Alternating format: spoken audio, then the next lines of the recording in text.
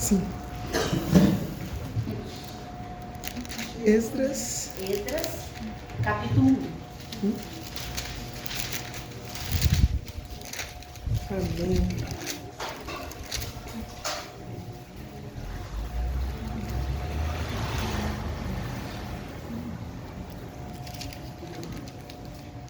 A palavra-chave, vamos ler em Esdras, capítulo 4, versículo 8. Bem? Esdras, capítulo 4, versículo 8, nos fala assim: informamos ao rei que fomos até o local da construção do templo do grande Deus da província de Judá. O templo está sendo reconstruído com pedras especialmente preparadas e as vigas já estão sendo colocadas nas paredes. A obra avança com muita energia e êxito. Amém? Os irmãos podem se assentar. Eu estava estudando, né, essa palavra e realmente quando a pastora nos informa que a gente tem que ler inteiro para ter sentido pra gente, realmente é verdade. Eu lembro que dos meus 4 anos até os meus 14 anos eu estudei no SESI e era uma escola bem rígida, né, uma escola bem rígida. E quando era aula de história, tinha que ler livros, né? Então que meus pais tinham que ir lá comprar livros no Beco do Armarinho e tinha que ler o livro inteiro. Então a professora dava uma semana pra gente ler e a gente lia. E eu, uma das espertas, eu lia o resumo atrás. Então tinha a cabana, então eu pegava o livro e lia atrás o resumo. E quando eu chegava na prova, eu tinha que fazer o resumo do livro detalhadamente. E eu pegava lá atrás e ia no resumo. Então eu não sabia detalhadamente. Aí a professora, a primeira vez, me chamou e falou assim: a Cristina tá igualzinho lá atrás do livro, você não leu, né? Ah, professora, eu li uma página, pulava 10, li a outra, pulava 10. E nós, principalmente os evangélicos que eu falo sobre mim, nós somos muito inconstantes, né? Então a gente começa um curso, a gente não finaliza. A gente começa uma faculdade, a gente para no meio do caminho, começa a outra, para no meio do caminho. A gente começa uma dieta, a gente não dá continuidade, então tudo a gente quebra, né? Então é um ciclo vicioso, né? Que nós crentes, e eu falo de mim, vivemos, né? Eu vou com muito anseio, né? Eu tenho uma máquina de costura, agora eu vou abrir uma loja, acabou. Aí você não costura 2 peças, já finaliza ali. E a Bíblia é assim. A Bíblia é uma história. A Bíblia é verdade, mas ela não deixa de ser uma história. Porque a história é algo que já aconteceu. E ela não deixa de ser, a cada palavra e versículo que é colocado aqui, não deixa de ser real. E tem alguma coisa, e cada frase, cada versículo quer falar conosco. E o livro de Esdras é um livro que realmente, se fosse por mim, eu passaria batido nele. Porque são os profetas, né? Eu falei assim: Esdras, Jesus, o que o senhor quer falar conosco em Esdras? E o senhor, eu li uma palavra e a pastora que ministrou no começo sobre o templo de Salomão, e aí o senhor me fez lembrar que tá ligado, porque a gente vai falar sobre isso, sobre o templo, né? Sobre o templo. E eu falei: Senhor, o que eu vou ministrar, né? Porque já não quero ser mais eu, mas o Senhor vive em mim. Porque se eu fosse falar de mim, gente, eu amaria falar sobre o livro de Esther, que é um livro que eu sou apaixonada.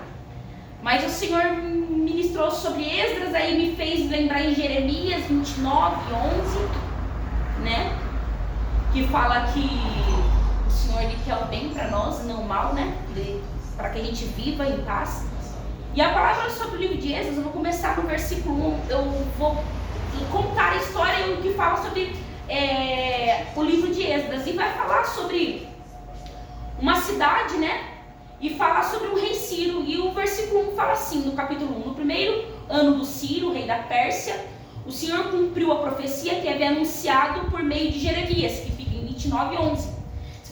Vamos ler em Jeremias 29, 11, só para saber o que o Senhor prometeu ao povo de Israel.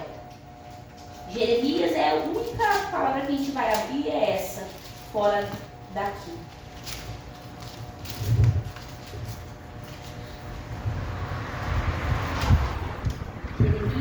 29 e 11 nos fala assim: porque sei os planos que tenho para vocês, diz o Senhor, são planos de bem e não de mal, para lhes dar o futuro pelo qual anseio. Então essa é a palavra porque a gente sabe que a Bíblia ela não é cronológica, então a Bíblia ela é contada, está aqui na Bíblia um versículo atrás do outro, mas ela tem um tempo, né? Quem faz teologia sabe. E a palavra vai falar que a palavra veio para o rei Ciro e falou assim: essa é a palavra que eu prometi a Jeremias no tempo de Jeremias, que eu tenho coisas boas para você, um tempo bom e não coisas más. Eu tenho coisas boas para lhe oferecer. E a Bíblia vai falar assim: e assim diz o rei da Síria: o Senhor, o Deus dos céus, me deu todos os reinos da terra. Ele me encarregou de lhe construir um templo em Jerusalém e em Judá. Quem pertence ao povo de Deus, volte a Jerusalém e Judá para reconstruir o templo do Senhor. Então, o que esse versículo está nos dizendo? O povo estava cativo na Babilônia. Como todos sabem, existe 3 tempos na Babilônia. O tempo em que o povo foi cativo por Nabucodonosor. Nesse tempo que o povo foi cativo, o povo de Jerusalém e de Judá, nesse tempo que ele foi cativo, ele não foi inteiro, não foi todo o povo. Foi metade do povo, foi uma parte, uma porcentagem do povo cativo. A segunda parte, que o povo vai de novo para o cativeiro da Babilônia, vai todo mundo, os que restou em Israel e Judá, e esse povo, além de eles ir para a Babilônia, Jerusalém é destruído, não é ficado muro sobre muro. E a gente vai lembrar que no livro de Neemias que o pastor ministra, fala que precisava reconstruir os muros de Jerusalém. É porque no tempo de Nabucodonosor, ele foi destruído. Então o primeiro tempo que o povo foi levado cativo, foi metade do povo levado cativo. O segundo tempo foi levado o restante, e além de ter levado o restante em Jerusalém, os muros e a cidade foi destruída. Então a gente entende que o povo de Jerusalém, o povo de Judá, ele tem sido açoitados, e não só uma vez, é conforme nós acabamos de passar por uma luta, tá tudo bem, daí você está subindo, vem outra, aí você está caminhando, vem outra. Então até os últimos dias serão assim. A notícia é essa. A notícia não é assim, acabou. Acabará quando chegarmos na Nova Jerusalém. Enquanto estivermos aqui, ainda sofreremos perseguições, ansiedades, sofreremos perseguições e assim por diante, né? Então a palavra vai falar que o rei, no tempo depois de Nabucodonosor, nós sabemos que na Babilônia levantava vários reis, porque lembrando que foi 70 anos cativos. Então um rei levantava, e aí saía, levantava outro, e aí sucessivamente ia levantando reis no tronos, e não era um que governou o tempo todo. É igual como se fosse a nossa prefeita, governou 4 anos, saiu, ela venceu mais 4 anos e assim sucessivamente. Então acontecia isso também no tempo antigo. E nisso levantou, depois do rei Nabucodonosor, outros reis, até chegar no rei Ciro. E quando chegou no rei Ciro, o Senhor chegou e deu uma prensa no rei Ciro e falou assim: agora você vai libertar o povo que está preso aí, na Babilônia. Você é rei da Babilônia, agora você vai ter que libertar eles. Porque conforme Jeremias, eu falei e ministrei que o povo verá tempos de bênção. Por mais que eles foram desobedientes, eles virão para... E quando o Senhor fala e o Senhor promete, Ele cumpre. Ele faz questão. Ele não é homem para que minta, nem filho do homem para que se arrependa. Então se Ele te prometeu, meu irmão, fica a cabeça na mão que Ele vai cumprir. Amém? E a palavra do Senhor fala que o rei do Ciro pegou e chega até o povo em Babilônia, até o povo de Israel, e fala assim: vou precisar libertar vocês, porque assim diz o Senhor, Deus dos céus, me deu todos os reinos da terra, Ele me encarregou de me construir um templo em Jerusalém. Então vocês vão sair daqui e vão direto para Jerusalém e vão construir um templo para Ele. Então o Senhor despertou o coração dos sacerdotes, dos levitas, dos chefes das tribos de Judá e Benjamim. Então o Senhor despertou no coração daquele povo que agora foi liberto para Judá e Jerusalém, e o Senhor despertou dentro do coração deles o desejo de construir um templo. Lembrando que a palavra que a pastora ministrou ministrou aqui no começo foi o Templo de Salomão. A palavra vai nos falar que o Templo de Salomão foi construído por Salomão, filho de Davi. Davi não poderia construir, ele queria construir, mas ele não poderia construir o Templo de Salomão, porque o Templo de Salomão, a mão dele estava suja de sangue. Ele tinha matado o teu amigo, colocou na frente ali para poder ficar com sua esposa, então ele não poderia construir o templo. A mão dele tinha sangue. E por acaso nós que tivemos cometido algum adultério, o Senhor permite que a gente suba diante do altar? Não. Até quando a gente está em pecado, nós ficamos envergonhados e nos ajoelhamos, não conseguimos nem olhar para a cara de algum irmão. Quando a gente pecamos, a gente fica assim, Senhor, até para o Senhor, ele fala, como que eu vou chegar diante do teu altar? Então ele não poderia, porque a mão dele estava com sangue. Então ficou para o seu filho Salomão construir o templo. E assim fez, mas ele não deixou de preparar as madeiras, os ouros, ele preparou para que o seu filho viesse construir. E esse templo de Salomão foi destruído por Nabucodonosor, quando destruiu a Jerusalém inteira. Então precisava o povo sair da Babilônia e construir um novo templo. Porque como que um filho fica sem o pai? Como que nós que somos filhos ficamos sem adorar o Senhor? Não tem como. Naquela época a presença habitava no templo. Precisava de um templo para ser habitado. Hoje a presença é sobre nós. Hoje nós não, entre aspas, não precisamos vir no templo para que a presença do Senhor esteja conosco. Mas precisamos do templo para que a comunhão prevaleça sobre as nossas vidas. Nós não precisamos estar aqui para que o Senhor esteja dentro de nós, mas nós precisamos estar em comunhão para que o Senhor permaneça em nós. Precisamos vir na Santa Ceia para que a nova aliança e a aliança venha a ser renovada todos os meses. Aleluia. Então nós precisamos sim do templo. Mas naquela época, se eles saíssem do templo, a presença já não estava mais com eles. Eles não carregavam dentro deles, e sim carregavam no templo para eles, né? E eles precisavam construir para que todos ali de Jerusalém, que foram libertos da Babilônia, viessem cultuar o Senhor. E ali eles começaram a construir o templo do Senhor. Mas é interessante que a Bíblia nos relata que a construção ela não foi simples. Porque nós sabemos que quando nós começamos um projeto na presença do Senhor, hoje é meu projeto de começar a jejuar 21 dias de Daniel, um exemplo. Não vai ser fácil. Hoje eu vou levantar pela manhã, a gente lembra que a gente teve estudo aqui e falou sobre jejum. O Vitor ministrou sobre jejum e oração.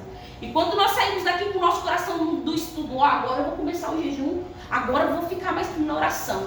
Parece que quando a gente colocar o pé para fora, parece que vai desânimo. Assim, mas eu tava com uma sede, na hora que o Vitor falou, falei, isso aconteceu comigo, amanhã eu vou começar um jejum.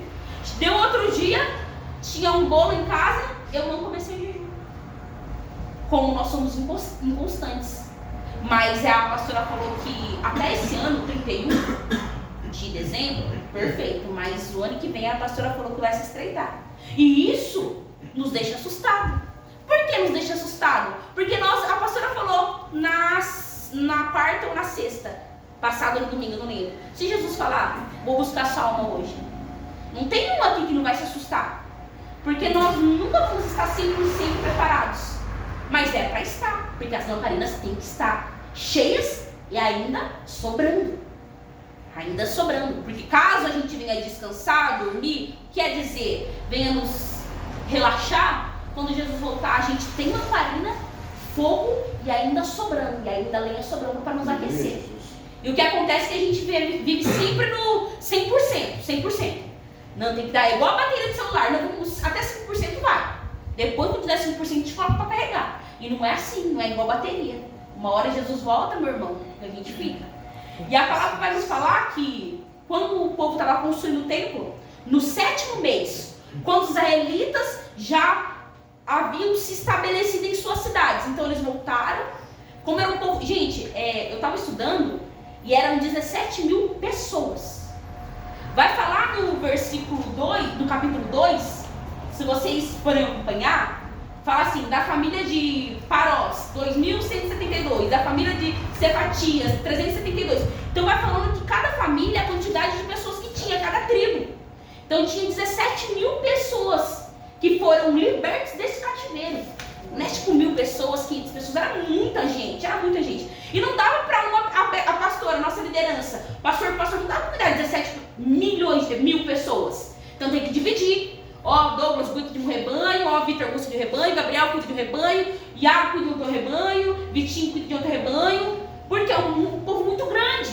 Então, aconteceu isso. Então, todo esse povo voltou para Jerusalém, mas precisou cada um sitiar em uma cidade. Cada povo sitiar uma cidade. Porque já pensou todo mundo junto? A guerra que é muita gente. E aí vai acontecer alguma coisa comigo, ó, pastor, eu tô com um problema aqui na minha família, eu vou contar para a senhora. Até chegar lá na pastora, 17 mil pessoas para conversar, então era muita gente. Então precisava ser dividido em tribo para poder governar, como foi lá no povo de Israel no Egito, lá no deserto. Era dividido em tribo. E passou o 7º mês, quando os israelitas já haviam se estabelecido em suas cidades, todo o povo se reuniu em Jerusalém com um só propósito. Então, Jesua, que o significado é Josué, filho de Josadaque, juntou-se com os seus colegas e sacerdotes, e Zorobabel, filho de Selatiel, e seus companheiros para construir um altar de Deus de Israel. Então era necessário construir para que esses 17 mil pessoas viessem adorar o Senhor nesse tempo. E o Senhor, aleluia, tinha liberado o povo do cativeiro com uma função: não volte a pecar mais.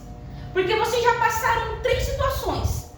Foram levados um povo, depois foram levados um povo e destruído a sua terra. E ainda vocês permaneceram 70 anos no exílio, em Babilônia. E vocês agora, eu libertei você com um propósito. É interessante que quando o Senhor nos liberta de algo, de algum vício, de algo que vem sobre nós, tem algum propósito. O Senhor não vai me libertar ali da soberba por acaso. Ele quer nos libertar para que seja testemunho vivo dele. Tudo que Ele faz sobre a nossa vida não é por acaso. Hoje Ele nos entregou uma menina, uma filha, por acaso. Ele precisa que a gente ministre sobre os nossos filhos, aleluia, até a vida dele. Porque tem que gerar fruta, igual a pastora fala, tem que gerar fruto dentro de nós. A nossa fala tem que gerar fruto, a nossa casa tem que gerar fruto, as nossas vidas tem que gerar fruto, o nosso serviço a gente tem que gerar fruto. Então a nossa vida não é assim, não é por acaso.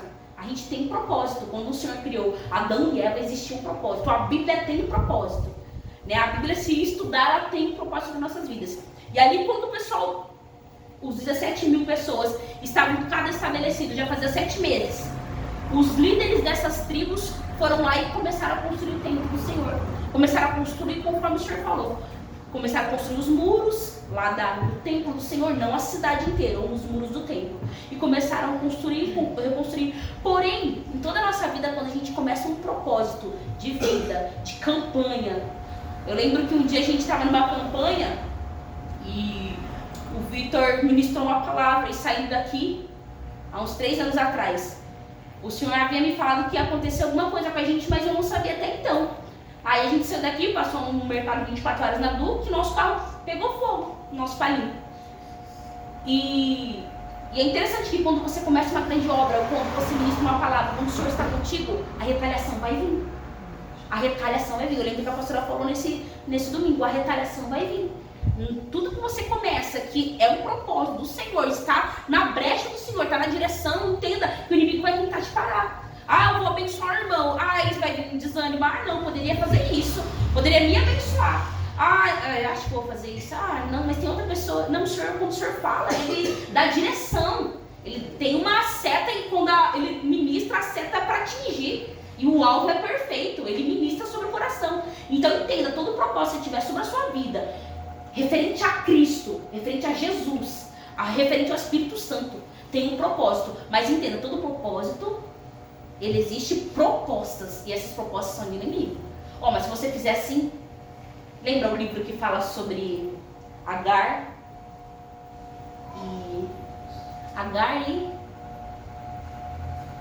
e Sara? Propósito é na vida de Sara, mas a Sara falou assim: vou encurtar o caminho. Se Agar tiver um filho, é muito mais fácil para mim. E aí eu quero para criar, mas o Senhor falou: não é seu. É de você que vai vir uma geração. Não, mas eu vou dar ela pro meu marido. Não, é você. Mas surgiram propostas dentro do coração dela. Eu posso colocar Agar, eu posso colocar minhas outras servas. Mas não entenda, quando você colocar algo na frente que não vai dar certo. Tanto que na vida de Sara e de Agar, elas tiveram ali uma intriga e teve que expulsar Agar da casa. Então, quer dizer, propostas que o inimigo nos leva até chegar no nosso propósito. Mas se o Senhor prometeu, meu irmão, tem que ser na direção do Senhor. Vai firme. Vai vir propostas muito boas, muito interessantes. Mas não é isso que Ele quer. Ele quer um alvo e esse alvo é para atingir. E quando ali eles levantam, ali começam os alicerces a levantar, começa ali um povo adversário que vivia em volta deles, falando assim, mas como que esse povo cativo agora estão fora e agora vão construir um templo? E essas pessoas que estavam de fora em outras cidades eram pessoas que não serviam a um Deus vivo nosso. E esse povo pegou e começou a falar, não, ó, vamos fazer o seguinte, eu alio com vocês e vamos construir um templo junto.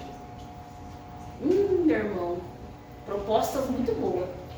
E o inimigo gosta de coisa fácil. Não, mas se você fizer assim, é muito mais rápido, prático e fácil. Mas o Senhor não gosta de coisa rápida, prática e fácil. Quando nós temos um filho, e a gente vai dar direção para eles, a gente tem que dar o peixe, a gente tem que dar a vara e o barco. O peixe é dele. Deixa ele que ele pega o peixe. Agora eu vou dar a vara, o barco, o peixe, ele só vai entrar dentro e já tá com o peixe, vai esquentar e fazer. Não, ele precisa entender. Ele precisa caminhar com as suas próprias pernas. Ele precisa ter direção. Nós precisamos ter direção. O Senhor não vai dar a bênção assim, ó, instantânea. Não, você precisa orar, você precisa buscar, você precisa procurar. E quando a luta vem, você precisa estar forte para lutar. Mas Senhor, eu não estou. Agora é hora de você estar forte. Agora é hora de você lutar. E quando a pastora fala que será que a gente tem que esperar a água bater na bunda para a gente orar? Realmente, a vida nossa dos cristãos hoje está sendo essa. Quando vir a luta, aí eu oro, aí eu jejuo, aí eu faço. Mas e se eu não tivesse que aí? E se Jesus voltar nesse aí? Aí você fica. Aí não tem o aí, não tem, ai Senhor, desculpa. Ai, eu vou jejuar agora. Não tem. O Senhor não tem essa desculpa. E quando esse povo adversário levanta em volta e fala, ó, eu quero ajudar vocês a construir esse templo, porque eu sei que vai demorar. Quando levanta esse povo, a palavra veio para Zorobabel e para Jesuá, que era para eles construir o templo. Não era para terceiros. Tem coisa que é para você. Tem coisa que é para mim e para o meu esposo. Mas tem coisa que é para mim fazer. Tem coisa que ele pode me auxiliar. Tem coisa que a pastora pode me auxiliar, o irmão Antônio, a Bruna pode me auxiliar. Mas tem coisa que sou eu. Que se eu não colocar o meu joelho no chão e orar, não vai acontecer. Porque o Jesus gosta que o Espírito Santo que você chega até ele. E não ele se chega até você. A palavra faz se chegamos até ele, que ele chegará diante de nós. E a palavra vai nos falar que quando Zorobabel e Jesuá, que são os líderes dessas tribos, um dos líderes dessas tribos, falam assim, não preciso da ajuda de vocês. Somos nós que vamos construir, nós que adoramos o nosso Deus. Como que nós que adoramos o nosso Deus vamos pedir ajuda para quem é de outra religião, que tem outra crença? Como que eu vou pedir ajuda para construir algo que eu acredito para outras pessoas que não acreditam? Então tem que ser eu. O Senhor dá o cajado para você fazer. Se o Senhor deu essa autoridade para você, faça. E ali o Senhor deu a autoridade para eles falar, não quero não. Mas o inimigo ele nunca está contente. Quando ele vê uma obra se levantando, meu irmão, a raiva dele é grande. O que eles fizeram?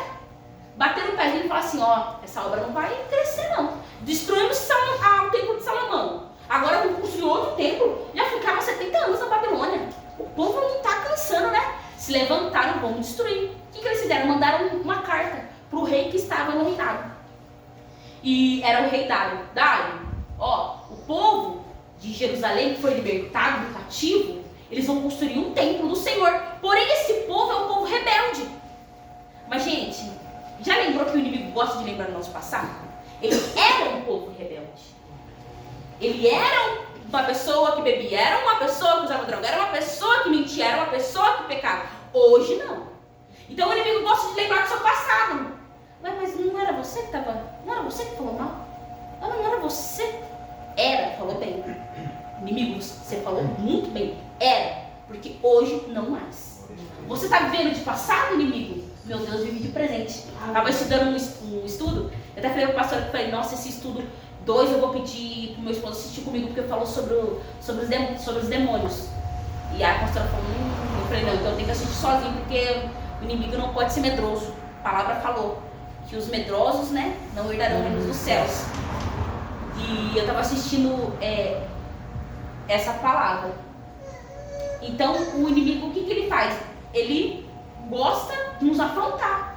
Bom, a Cristina tem medo, então é isso que ela vai assistir. E a gente não pode ser assim. A gente não pode ser medroso. A gente tem que ser fiel ao Senhor, que é Ele que nos serve, Ele que nos criou, Ele que nos formou. E quando o povo começou a construir o templo do Senhor ali, esse povo falou assim, eles eram um povo rebelde. Ó, rei Dário, olha lá nos escritos, que, sabe o livro da vida, que vai estar escrito tudo que a gente está passando? Lá tinha esse livro. E tinha escrito tudo que eles faziam. Então falou assim, Dário, que é o rei da Babilônia, olha lá e você vai ver que esse povo é um povo rebelde. E Dário olhou e viu que é um povo rebelde mesmo. Bom, mandem uma carta para eles, vou falar para eles parar a construção. Pode parar a construção, porque eu vi aqui no decreto que vocês eram um povo rebelde. Gente, um templo para ser construído, vamos pensar, em 7 meses, demorou 21 anos para ser construído esse templo. Além de 70 anos que eles ficaram cativos, demorou mais 21 anos. 16 anos foi parado. Então o restante do tempo até dar 21 foi que eles construíram. O que eu quero dizer? Está demorando, meu irmão? 21 tempos parados. 16 anos o inimigo perseguindo eles. Eles mandavam uma carta, voltavam com uma carta. Não, pode parar, não é para construir. Para. Aí eles mandavam outra carta, outro ano. Não é para construir, deixa parado. E não é assim na nossa vida? Jesus vai agora. É agora. Aí o inimigo fala, não, agora não. Agora não. Porém, a gente sabe que a vontade permissiva do Senhor é perfeita. E tudo tem um tempo determinado, a palavra da vereadora, para todas as coisas. Há tempo de plantar, há tempo de colher. Eu lembro que essa é muito bonita, há tempo de ajuntar, mas é tempo de afastar. Então tudo tem um tempo determinado.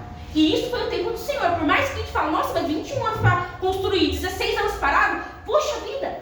Mas é o tempo do Senhor. Foi o tempo do Senhor para com o povo de Israel. E ali eles mandavam uma carta, o rei Dário voltava. Não é para construir. O que acontece? Estratégia de Jesus. Fala com o rei Dário, povo de Israel, olhar e vai falar que quem decretou a construção foi o rei Ciro. Foi o rei da Babilônia. Olha lá. Aí o Senhor deu estratégia. O rei Dário olhou. Olha, agora, inimigos, eu não vou poder parar a obra. Por quê? O rei Dário decretou. Naquela época, uma palavra dada por uma lei era uma palavra dita. Era uma palavra que era conclusa. Hoje a gente faz contrato, a gente tem que assinar, pegar a assinatura de todo mundo. Lá antigamente não. Era boca a boca. Ô Gabriel, vai ser assim, concorda? Concordo. Então assim, e era assim até a morte. Ninguém mudava, porque o Gabriel deu a palavra dele e eu dei minha palavra. Fechou, ele não precisava assinatura. Então ali o rei Dário, por sinal, além de falar, estava escrito nos documentos deles que era para construir o templo. Ele tinha dado, além de ter dado a liberar eles da Babilônia, deu ainda utensílios, os utensílios que foi roubado do trono de Salomão, do templo de Salomão. E aí eles começaram a construir. E o que eu quero dizer? Né? Você falou, mas o que eu quero dizer? Eu quero dizer que nessa etapa da nossa vida, da construção do nosso templo, o terreno que somos nós, até a construção do nosso caráter, da nossa vida, da nossa intimidade com o Senhor, vai ter opositores. E opositores somos nós mesmos, das nossas almas. Ali, para construir o templo do Senhor ali, havia adversários ao redor. E a palavra fala que o inimigo está ao nosso derredor, procurando uma brecha para que possa entrar.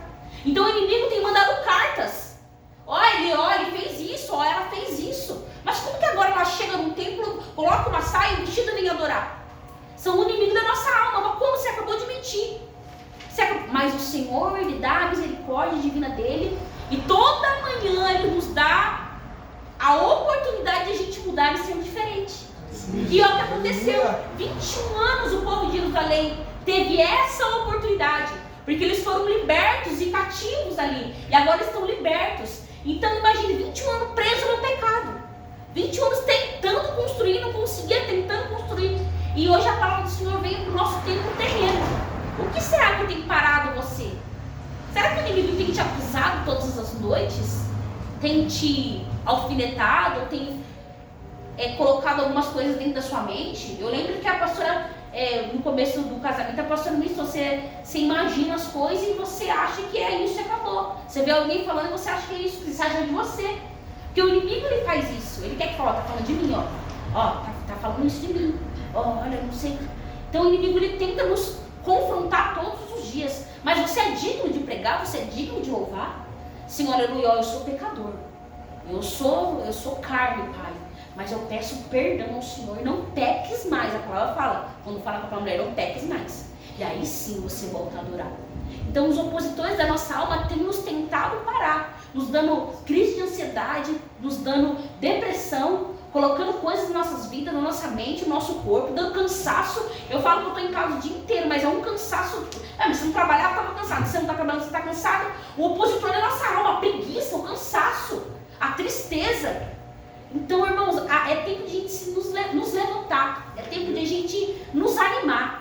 Porque nós somos um povo que nós desanimamos muito fácil, né? Um não pra gente é um luto, né? Um não é pra sempre. O Senhor me deu um não hoje, então nunca mais. Eu vou pular para outro sonho. Irmãos, entenda, o Senhor te deu, ministrou no teu coração, permaneça, luta. Porque o opositor da nossa alma vai tentar parar. O opositor da nossa alma vai tentar nos cutucar. Hoje você vai no culto? Não vai hoje não, vai só sexta. Ou vai só na Santa Ceia. Não tá ótimo. Tá ótimo. E aí nós ficamos fracos. E a gente vai correndo, pastor, nos ajuda. Mas cadê a constância nossa de quarta? Mas toda quarta, eu sei que a mãe do Vitor fala assim, mas de novo você vai na igreja? De novo? Mas você não pode hoje? Não podemos. Porque falhamos um dia, quando eu fiquei 20 dias em casa, foi muito ruim. Porque parecia que a gente não estava em comunhão com os irmãos. Então, uma vez que a gente não vai no culto, uma vez que eu perco a dieta, é pra sempre. Hoje eu como, amanhã também eu como, depois da manhã eu como, depois da manhã eu como. E é assim, eu falo porque eu vivo. É assim. Então, uma vez você abdicar para dar na casa do Senhor, vai ser sempre assim. Então, você cria um costume. Mas é um ritmo? É um costume. Não, agora eu vou me arrumar porque hoje é quarta, hoje é dia de estudo. E uma vez vindo no estudo, você parece que quer mais, quer mais, quer mais, quer mais, quer mais. Então, não perca um culto, não perca. Tá cansado, meu irmão? Coloca a roupinha. Eu falo que eu saía 7h30 do serviço e vinha mesmo assim cansada. Vinha, às vezes chegava aqui, nossa, tribulada, mas chegava, mas saía daqui diferente. Então, irmãos, os opositores da nossa alma, eles querem vencer. Ele quer nos dar desânimo, tristeza. Eu sei que às vezes aqui no culto a gente fala um amém, um aleluia. Meu irmão, mas se a gente estivesse num show, a gente gritaria aleluia, glória a Deus. Né? Se a gente estivesse em outro lugar, a gente, nossa, eu mesmo depois da quarta pra lá, é risada.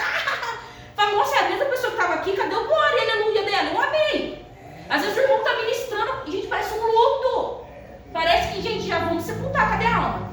Aleluia. Não, já vamos, cadê o cafezinho? O cafezinho já tem no velório, né, pastor? Só tá.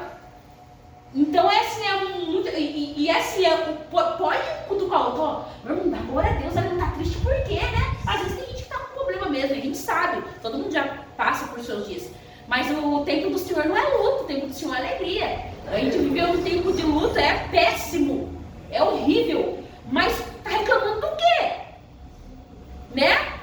Eu vi um vídeo onde falava assim, é problema para dormir, a palavra do Senhor fala, deite em paz, eu deito em paz. Eu não me adormeço porque o Senhor me faz deitar em glória a Deus, isso. A pastora falou, eu lembro que a pastora ministrava aqui e falava assim, hoje cada um vai falar uma palavra profética. Hoje quem faz isso? Eu não.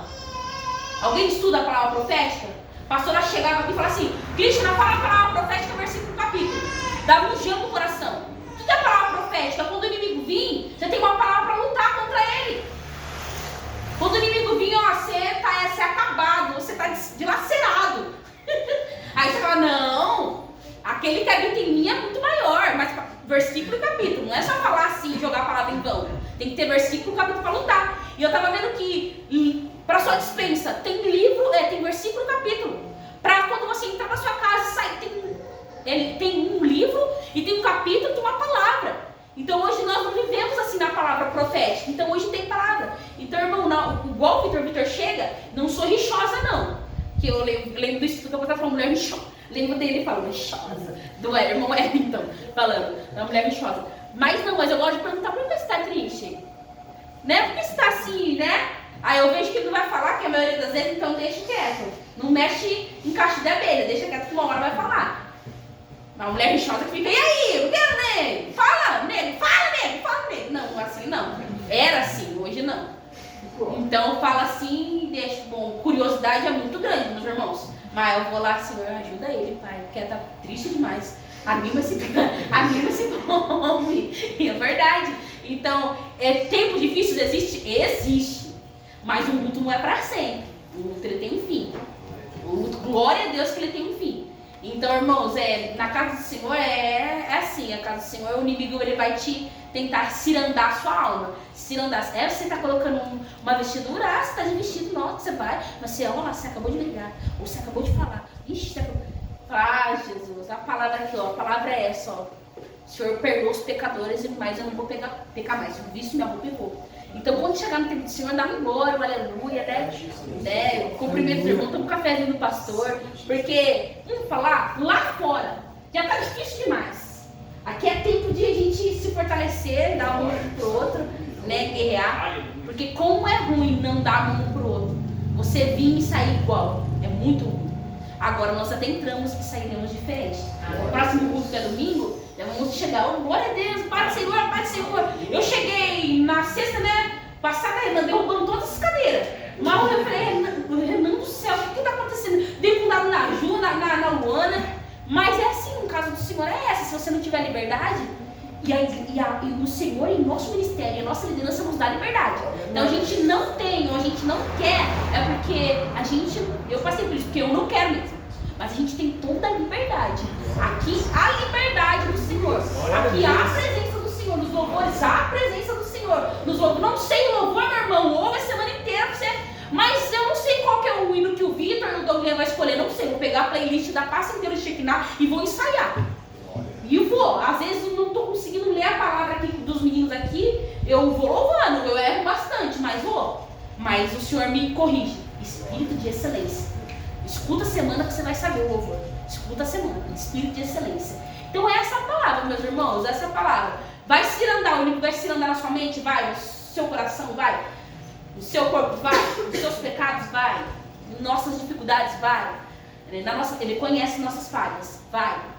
Uma coisa que eu descobri, só para finalizar, o inimigo ele não tem criatividade. O Espírito Santo do Senhor parava sobre a terra e criou os céus, a terra e tudo que há. O inimigo ele não tem essa criatividade. Então o inimigo tenta querer nos tirar a nossa criatividade. Então seja criativo na presença do Senhor. O irmão deu glória a Deus, dou aleluia, complementa. Seja criativo, faça uma coisa, né? Então a palavra é essa, meus irmãos, ela é simples, pequena, mas é o que o Senhor ministra no meu coração. Aleluia.